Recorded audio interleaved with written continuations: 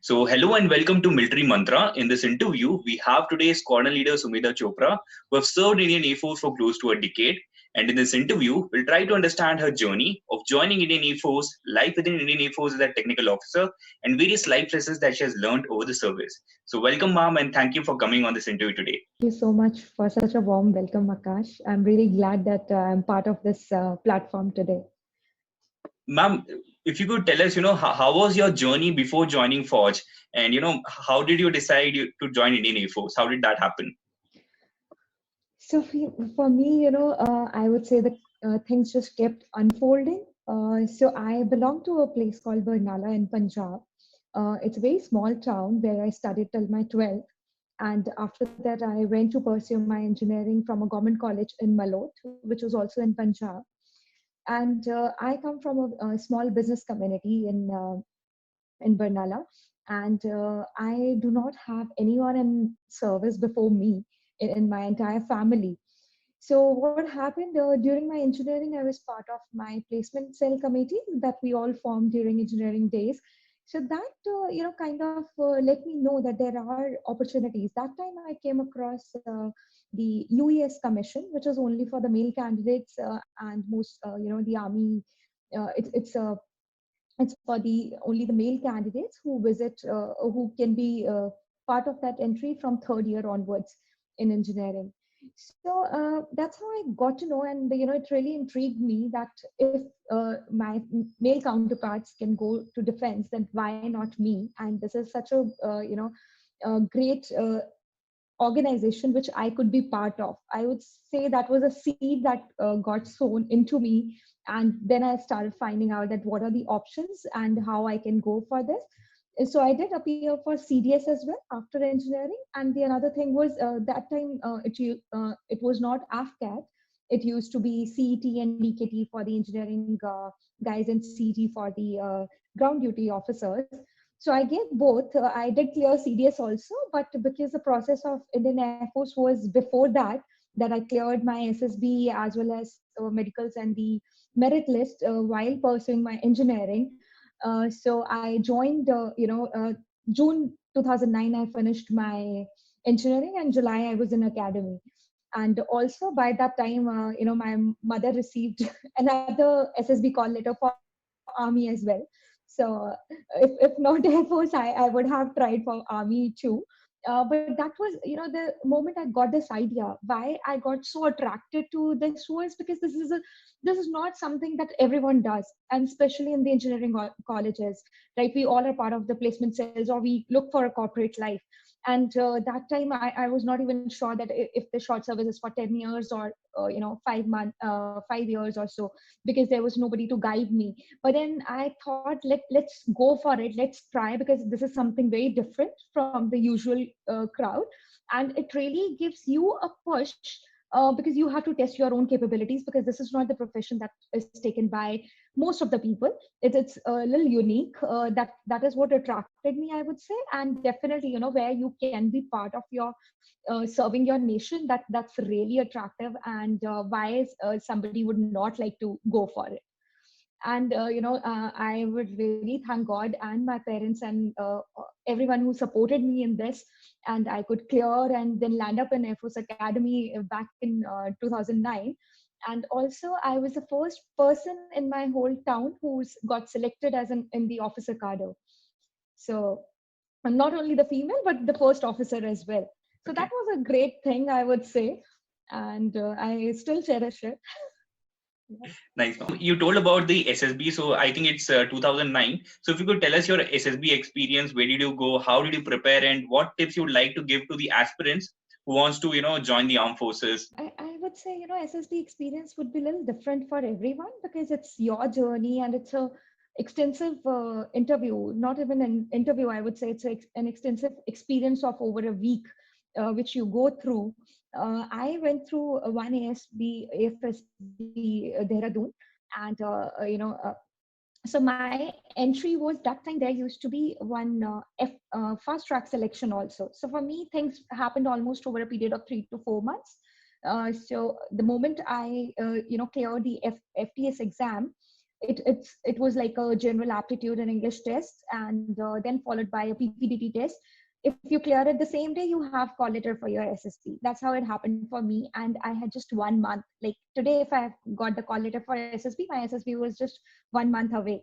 And I was first, I was not able to believe myself that this has happened and I'll be going for SSB. And all those memories are still very young in my mind and heart.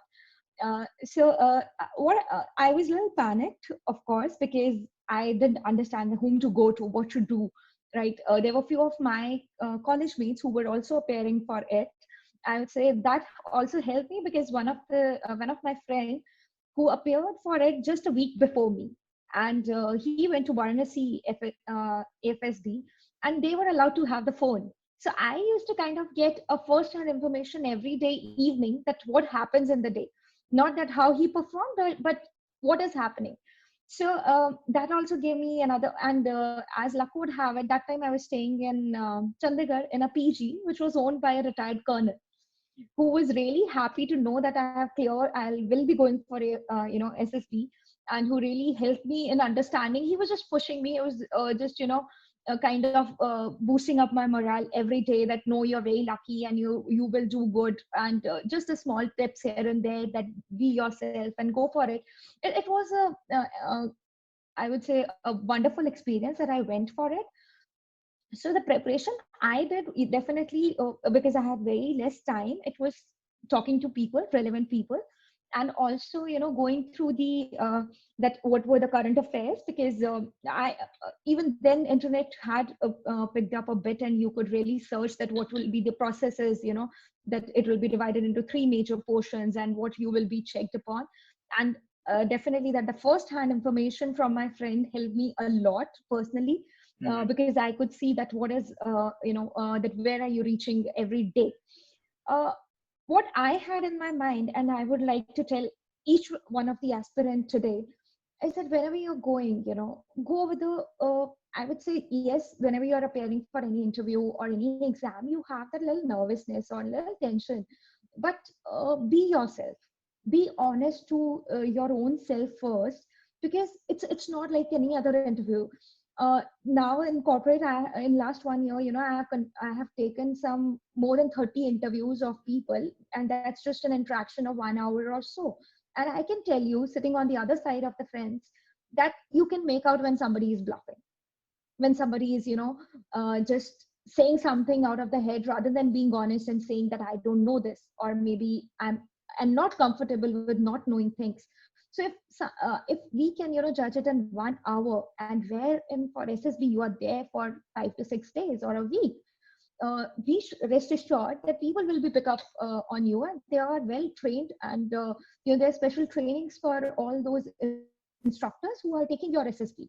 So that's the first step. If you suit the, if you fit the bill, and if you are able to make it, you will definitely do it. Sometimes I feel sometimes we overdo, or we get under too much pressure, that we are not able to clear a few of the things because we make them too big in our head. It is a big deal, but then go with the flow. And if you are a suitable candidate, you will get selected. That's true for any of the interviews, even if it's SSB or any SSB.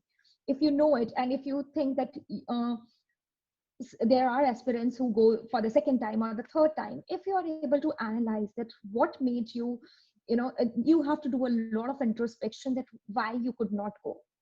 So I would say that be honest, prepare yourself, and be if it's your natural tendency to and you are kind of a conformist, because they are not looking for people who are best of in one thing, but they are looking for people who are more who can accommodate, and who can take along the whole team with them.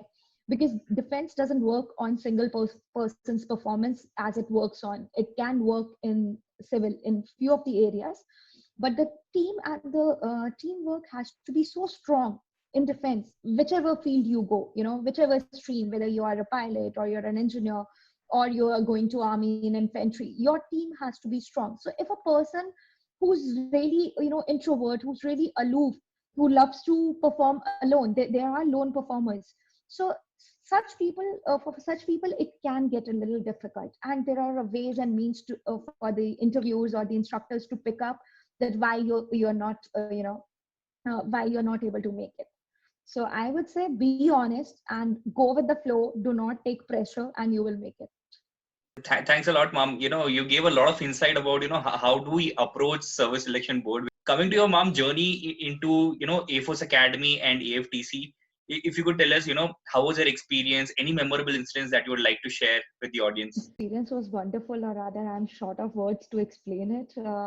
Because it's a lifetime experience, and I would always, even when we were after those 1.5 years of training, when we all were working together in different stations, so we definitely used to cherish and remember those days, because there you are, a whole group of your course mates are there, and that's the beauty of the whole training, that it makes you much stronger as a person, not only physically but mentally as well, which you do not realize that that's a part of the process. That's why I always call it's very beautiful the way it is conducted, because you yourself do not come to realize that what is happening to you. It is only the outcome, once the churning is over, that you realize that what person have you become after this whole training, and you come out as a different person mentally and physically as well. Coming to the memorable, instances, there are many. But the first one, which I can recall the moment you asked, is when, the first time you take the oath of being an officer. So for technical officers, it happens almost in the first or second week by the time we join Air Force Academy. Okay. So that was, I still remember that you are standing in a flight of all the technical officers are standing, and somebody is saying the oath for the first time, and you're repeating behind that person. And I literally had goosebumps. And because that's the moment you come to realize that, okay, yes, you are part of the Indian Air Force. You are an officer now, and because you're very young at that time, right? Everyone joins between in their 20s. So it's a different feeling altogether. That's one of the major moment which I remember. And definitely the passing out parade, when your parents are there to see that what you've been doing for the all this while in the training. They have not seen you, and you're not even able to visit your parents or talk to them, and they have sent their young children to the Air Force Academy or the other academies, right? And the day they see that you are passing out and you are a commissioned officer, and the joy you see in their joy and pride you see in their eyes is, I cannot forget it till date. So I would say those are the best of the moments that I had. Ma'am, if you could also tell us about the AFTC and how different it is from the training that you undergo in Air Force Academy. And also, how does any branch is allocated to as a technical officer? Does that happen in AFTC as such? It happens much before you join the Air Force, right? So there are two major bifurcations which are done for the technical officers. That's Aeronautical Engineering Electronics, AEL we call it, and the other one is Aeronautical Engineering Mechanical, AEM. So AEL and AEM are two broader bifurcations for all the engineers who join in the technical branch of Indian Air Force. So AEL are all the people except the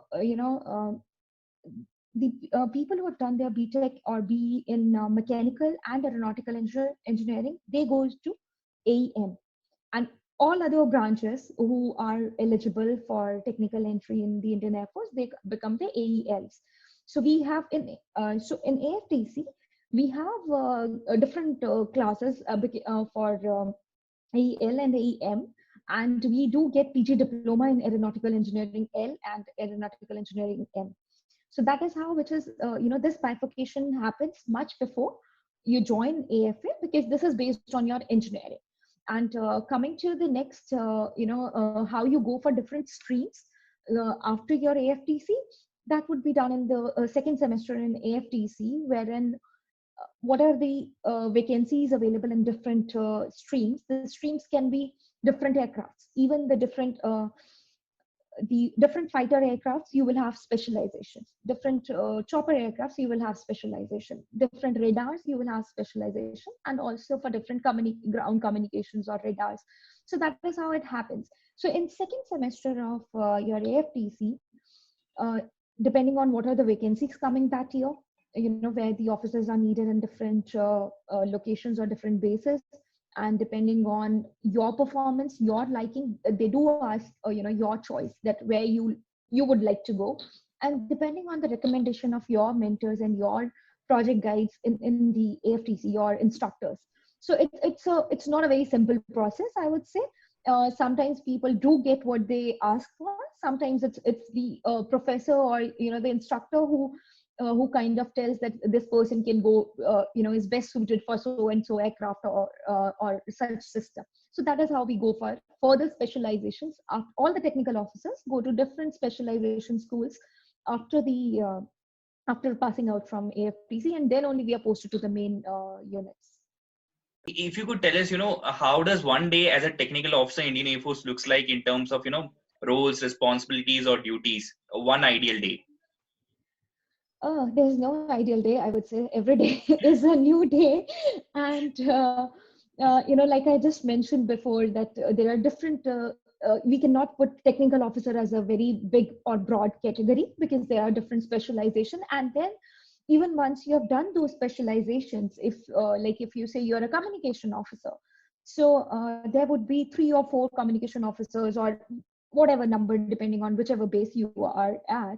So you will be at different level, right? Because sometimes you once you just pass out, you're just a flight lieutenant, and then you pick up rank, you become squadron leader, or you are so depending on wherever you are going, in whichever base. So there will be different portfolios that you will be handling, even if you were just a communication officer. But what responsibility comes into your kitty depends on which base, at what time are you going. So that being said, every day it starts with I would say, whichever system you are trained on and whichever system you are made responsible for. So if we talk broadly about the technical officers, for all of us, the day starts either at 7 or 7:30 a.m. and everyone reaches office, and whichever section you are looking after, you have your officers and your men together, and you start with the first day, the first parade of the day, wherein you meet everyone and you see that everyone has reached office or not, whoever is the senior most is responsible for that. And that being said, we always have some agenda on the day, that who's going to do what, and which responsibilities are with whom, and what are the priorities for that day, depending on if there are any exercises going on, if there is any special thing going on that day. But that first meeting of the day is very, very important, because first that who all are in the shift today and who all have come. And then, it's the first interaction of the day. So those first 15 to 20 minutes are very important to start of the day, and definitely you need to reach in time. And that's how the day starts. And then everyone goes back to their offices, or everyone goes back to their particular responsibility, if they have to go back to the field also, and if there are any major issues which they need to take care of for that day. Because I was into communication, so my day would look very different from any person who's trained on the aircraft, because their day would start much earlier, before the first flight of the day is planned for an engineer. So yeah, so I would say, none of the days looked similar. There was always a new challenge every day, or new kind of few tasks could be very similar that we have to perform, especially the maintenance, or the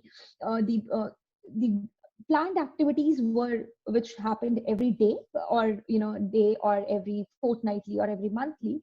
But other than that, there was always an element of surprise, I would say, and which we all had to follow. I just have one additional question. When we go to SSB, a lot of technical questions are also asked to us.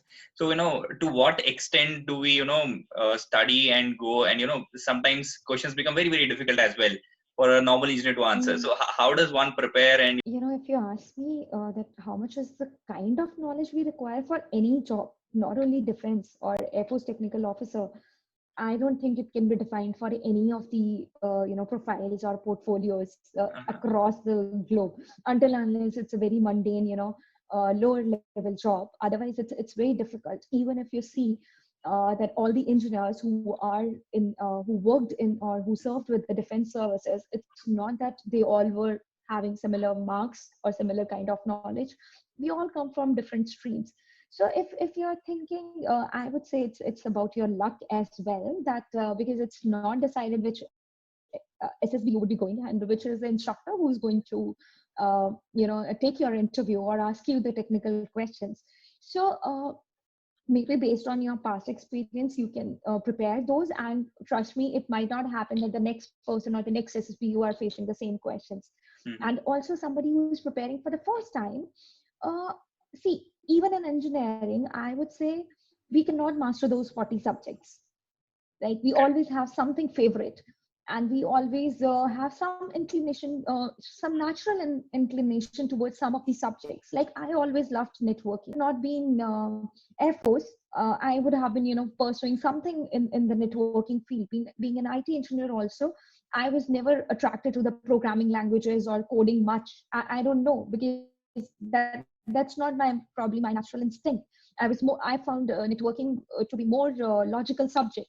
Not that programming is not logical, but that was my inclination. So I would say, whichever. So if you cannot master the 40 subjects, but there has to be something, you need to have some deep knowledge or some deep dive into the subjects or the topics which you think you know better, and which and I really feel that because interview is always an interactive thing, so you can always kind of guide or lead your interview, not only what the person wants to ask you, but you can always kind of redirect the interview flow.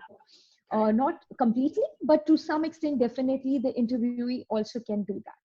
Got it. So I would say whichever, nobody can be master of all the subjects, but be sure that what is, if you say that I don't know what I like, then it's a difficult game.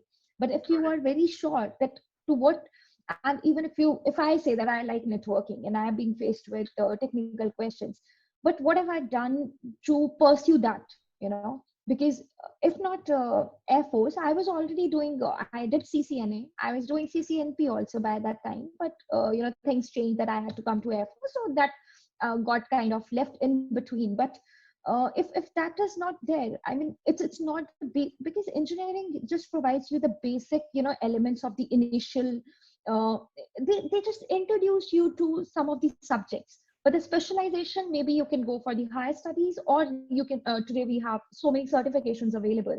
So I would say whichever subject you like, deep dive into that would really help, and you will definitely be able to answer those questions, and you will not feel that they are difficult. Good. Ma'am, you have served in Indian Air Force for a decade. So if I ask you any 3 life lessons that you have learned or your experience in the service, so which you still cherish? A few of the things that I would always cherish, and if I have to, the lessons I have to list out 3 of them. It's first that the perseverance that it inculcates into you, the kind of job, the nature of the organization is such that there will be difficulties, but you never give up. You have to keep doing, even if you fail once. There are no failures, there are ups and downs, there are challenges, but nobody becomes morose, or nobody says that we will not do it again. Rather, we come up with new ideas or more training, or more insights into that one particular thing which has not gone as expected, and then we thrive even more for it, that how we can make it better next time. So I guess that's the lesson for life. You should not give up, because things might not turn out the way you plan. However, prepared you are, there will be always some element of surprise, like I said earlier also.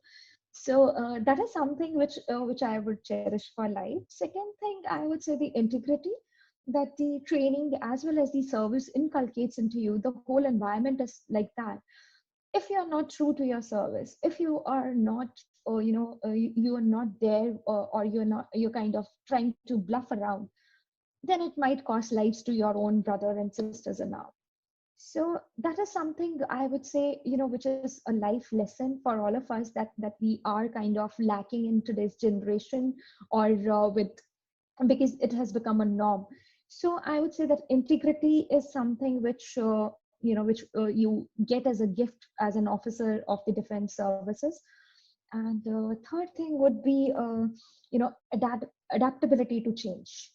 So it really makes you, it is quite related to perseverance, I would say. But that's how you become so strong. You do not know what you will be facing tomorrow, but at least, it prepares you that whatever happens, I am here. It gives you the sense to accept things, accept mistakes as well, and accept the hardships as well. So whatever comes, everything comes for everyone. And sometimes, even if we, the most relevant change or the example that we talk about these days is our pandemic, right? So how everyone reacted to it, or did they accept it or not, was different.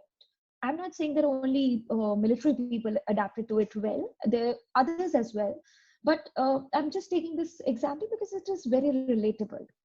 So I would say, it makes you, even if it's Corona or anything, any challenge, the service and the experiences and the way, you work in the defense forces, it makes you like, okay, whatever comes, there has to be a solution and we'll go for it. Got it, ma'am. You spoke about adaptability. When you join as a short service commission officer, then you come out once you're retired. So what are the opportunities you have as a short service commission officer? Because as I see the journey, first you're a civilian, then you get into the military setup, then you come back to the civil life. So how is that transition happen, Yeah. and what are the various opportunities? Opportunities are immense, I would say, because once you are in defense, and the good part is that now a lot of organizations have started, tapping this talent pool. They are having, like, I'm working in UBS as of now, and they have started. Ours was the first batch though, but they have started a different program only for hiring the veterans. And same is the case with the Amazon or Goldman Sachs and a few more industries as well. Because the way we talk about diversity in civil now, and now we are realizing that how important it is for us to have diversity in different teams in the corporate, so that we can, get the best out of those talent pools. So defense has been, or the ex-military people are being recognized as one of the biggest, pool available, wherein they want to see that how we bring out whatever we spoke about, like these are my personal lessons from the defense journey. And a similar are, or there are, different or similar experiences for all the officers, and what we all are able to bring to the table for the new organization in the civil street. And what I have heard the more is that, people want to have, bring us discipline as well. That is one of the major thing, which is lacking in today's generation. So and we, because we come from a background where we see a lot of pressure, and military services are rated as one of the most, one of the services where you are working under tremendous pressure. So such people are more, adaptable, or they are able to take on more responsibility and credibility of the things that they are working on. So I would say that there are, ample opportunities now, and to the good, thanks to the good works of our senior officers who have retired and who've been working in the industry, in the corporate. That's why these programs are identified in different companies as of now. And people are being hired under veteran batches. So that is one. And other than that, also there are, sometimes what people do is that pilots, they if they are leaving defense services, so they kind of try to go into flying. That is the first thing they choose. But I have still seen pilots in coming to the other kind, uh, opportunities as well, or tapping on to other openings that are there in the civil. So I won't say that there is any dearth of opportunities or the jobs, and all of us do get consumed at mid management or senior management levels after even the 10 years of service. And even there are people who leave at 20 years, the permanent commission officers, who leave at 20 years or 25 years of service. They are also working in the corporate at good positions. So it is basically, it is person to person, that what are their aspirations and why they are leaving Forge, or like us who are short service who have to leave Forge and come to the civil street. So there are a lot of opportunities, and defense also helps us. Like there is a separate program that's a DGR, under DGR, which is Director General of Resettlement, wherein they interact, or they get few of the best colleges of management colleges of India on board, and we have some 6 months or 3 months of residential courses there, and which helps in transitioning, smooth transitioning of the officers from military to corporate. So even I did that from IIM Ahmedabad, because that time IIM Ahmedabad was offering this to the defense people. And so I'm sure there will be a few more colleges coming every year. So defense is also taking care, because we know that the area where we are going to work in defense and in corporate are different. Got it, ma'am. Ma'am, you spoke about leadership and the teamwork. So, what does actually leadership mean to you? And also, as a young officer, when you joined Indian Air Force, Army, or Navy, you see a lot of men who have served for 20-25 years, who are older than you, more knowledge, but they are kept below you, and you are a young officer trying to lead a unit or section. How do you handle that? You've asked me a question which is very close to my heart, I would say. Because I was lucky enough to command a unit for 3 years. So that time there were a lot of men, who are put below you. Even from the beginning, yes, there were a few, but this time there were more than 100, And so I would say, in defense, female officers are very less in percentage as of now. And even in any field, even in corporate, I see that gender diversity is one of the topics that everyone is speaking about. It's not from today, it's from quite some time. And even though I believe, if I'm not mistaken, that 1992 was the first batch of Indian female officers who joined. So there are few, but whether you're a male officer, and even if you're a female officer, the responsibility on you is to know your work first. You cannot lead till the time you are not worth of your metal, right? If you cannot prove, why will somebody follow me just because I'm telling you to do so, if they think that I don't know what I'm doing? If they do not understand that if she's worth it, and especially when you are almost some of them have children who are of your age. So when I started commanding the unit, so the first 3 or 4 months, I was aware of this fact that it might be difficult, and it's going to be a long journey, and this is my unit. I have to run it. How can I best, get their confidence in me, get their trust in me? So the simplest thing which I could follow was to work along with them. Wherever they're going in the field, I used to go. Even if we are taking a tea break, it's a wintry day, and we are standing in the sun outside, I will go and stand with my men and have that cup of tea. And even when we are going to work in the field, I'll go with them. And even if they're working in the equipment room, I'll go and I'll ask questions, or even if I have queries, somebody who has worked in the same system for 20 years and I'm just new, then definitely that person might be master of that particular thing. But how it happens in the defense is that you have to, as an officer, has to take care of a lot of things, but that person becomes a master in that only one particular thing. But you are responsible for your unit. Whatever, if anything goes right or anything goes wrong for my unit, was my responsibility. They are my people, I'm there to cushion them, but the onus is on me, that how is my unit doing on station level or command level, and are we able to, whatever is the purpose for my unit, are we able to provide that? So I would say that those first 4 months were really that I literally made an effort, a conscious effort, to be with them, so that they are not that today I'm coming and standing in front of you and I tell you that I have done this and I know this, and that it is what it is, and you need to listen to me. They will listen to me because they are all in uniform, but I will not be able to command that respect out of them.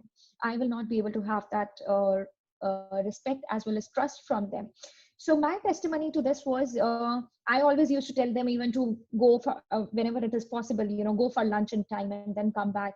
Those small things, when once you as a leader or as a manager, you take care of your people, they are available for work, and they are there, and they're more productive, I would say. Somebody, I always believe, even for myself, that if you are happily able to do your work, that's more, you will be definitely more productive.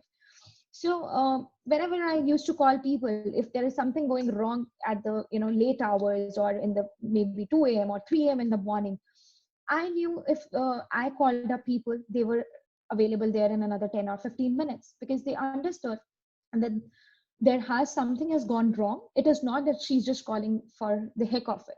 So that is how the teamwork goes on, and you literally have to be work along with your team, and not that, okay, I have done this in past, these are my medals or these are my qualifications, you need to follow me. I guess you have to, as a leader, you have to keep proving yourself as well at every time. Ma'am, my final question to you would be, a lot of defense aspirants will be watching this session. So any message that you want to give to the aspirant before we close it? So, like, what we said even in the beginning, that I personally believe that you need to be very, very honest when you're going for it. And everybody who can, it's my personal view, though in my life I got to know a little late about the defense options or opportunities. But I would say, it's a different pride in yourself, that and that you were or you are able to serve your nation, because there is definitely someone taking care of us. That's why we are sitting comfortably at our home, which we do not realize. And if we all can be part of that, we can be on the other side of fence, then nothing like it. Though India does not have conscription in place, but if most of us can go for it, then why not? Because it gives you a different perspective. It's a win-win situation from both the sides if you're going for defense. It's not a loss for you at all, and it's not a loss for your country as well. So all those people, all those young people who are watching it, I would say that, just be honest and try for it. Even if you are able to give SSB, that's a wonderful experience. Whether you make it or you don't make it, that's a separate ball game altogether, because even there are so many steps. You reach till SSB. After SSB, you have the medicals, or you have the merit list. So you can be out at any step, but even if you're able to experience that, you will be a different person. Those 7 days can make you so different. Then definitely a journey of 10 years long, makes you definitely a very better person. Thanks a lot for your time on this interview, ma'am. I hope a lot of people who will be watching this will get benefited out of it. So thanks a lot again, ma'am. Jai Hind. Thank you so much. Jai Hind.